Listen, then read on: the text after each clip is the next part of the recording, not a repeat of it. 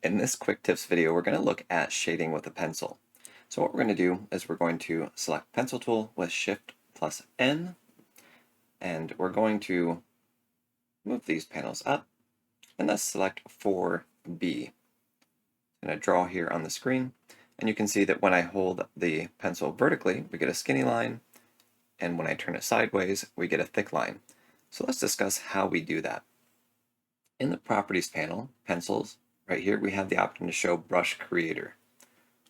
Let's bring this over here and resize. You can also find this by going to Window and choosing Brush Creator, keyboard shortcut F5. If we scroll down in the Brush Creator, we can see here the option for Tip Tilt, and right here the blue Open Curve Editor.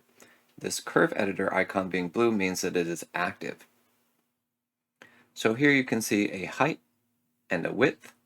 You can see here on the left side, small, size, large. The property we're adjusting is size, small and large. On the bottom we have pen tilt. That's how far the back of your stylus is leaning towards the screen. So low means it's vertical, high means it's almost parallel with the screen.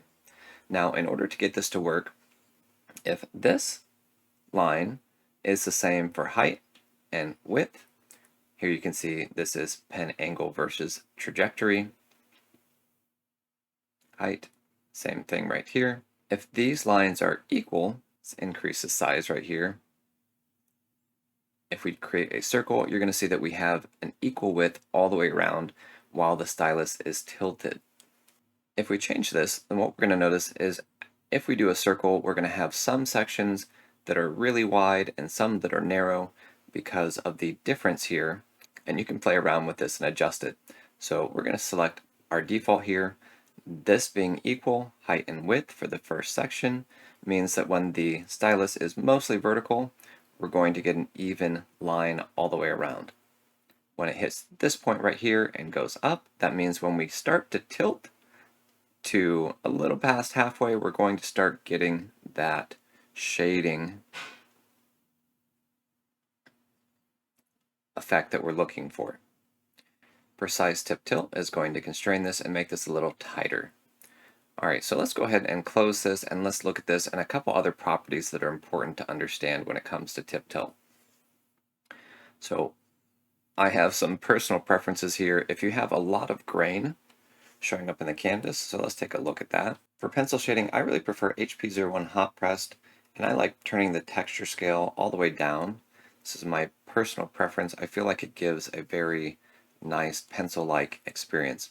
Now, while this is set like this, there's a few properties that you can adjust that make a difference. Here, the curve editor, if we bring this up like this, what you're going to notice is that we have a lot of texture. When we push, if we bring this down here, we're going to get kind of a more creamy, smoother pencil feeling. Not like we're not drawing on canvas with a pencil, but we're drawing on a fine grit paper with pencil. So the first thing to adjust, paper texture strength. Let's go ahead and minimize that. And paper texture contrast, you can play with this as well to get a little bit different effect. Another thing that you want to keep in mind that I like to adjust, I like to set my opacity all the way up. This makes it easier to do light shading and heavier shading.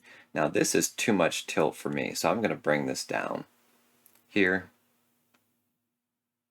And now I can get really light shaded areas and heavy ones. And when my pencil is vertical, I can draw smaller lines. Let's decrease the size of the brush here because this is gigantic. All right, let's put this down at around 20. And we can increase the tip tilt here a little bit now. Precise tip tilt.